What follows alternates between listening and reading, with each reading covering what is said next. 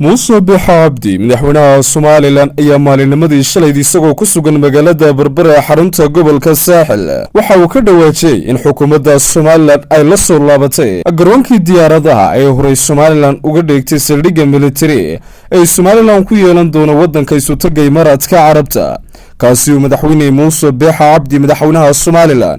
uu sheegay in garoonkaasi uu ku soo noqon doono habkii hore ee shacabkuna u adeegsan doonaan islamarkaana uu noqonayo garoonkaasi mid madani ah hadalkaasi uu maalinimadii shalay ee madaxweyne muuse biixi cabdi madaxweynaha somalilan uu ka dhawaajaya waxaa ka daba imanaya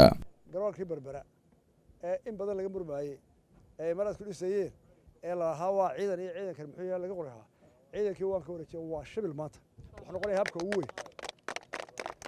wiiganna waxaa imanaya kambarigii dhisayay airbortka iyo taawarka ee u rogaya qalabkii diyaaraddu soo degaya wuxuu noqon doonaa garoonka ugu weyn baan maraya horta masar ma barigi lagu soo jiray mid ka weyn waa 5 kilomitir oo ka weyn oo dhinac walba u banaan oo badii ku yaala oo cusub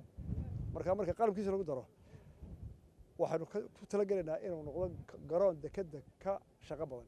hadallo isla maanta uu ka jeediyay madal ballaaran oo qalinjibinaya ka qalinjibinaya ardayda dhamaystay jaamacadda magaalada burco ee xarunta gobolka togdheer halkaasi uu madaxweyne muuse biixi cabdi madaxweynaha somalilan uu ku sugnaa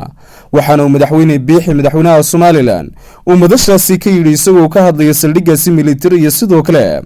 garoonka diyaaradaha ee magaalada berbera uu sheegay waa dhaweyto dhexaaseed waxaanu saragnay oo tagay qolada afdabay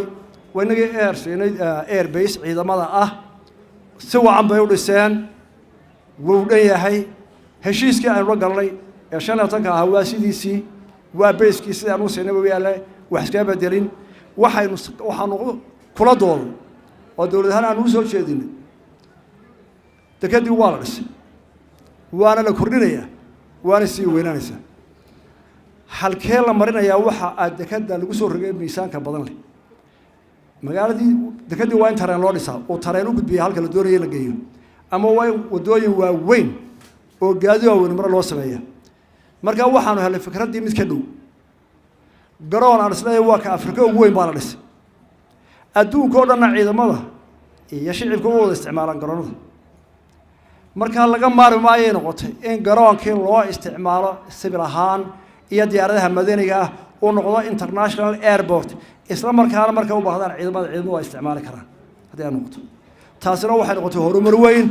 oo maanta diyaarad kasta oo adduunka ugu weyn diyaarad kasta oo wax qaado adduunka ugu weyn xataa shuttle-ka loo diro dayac uu ku degi karayo garoonka halkaas ay dhiseen waanu ka casraysay kii hore ruushka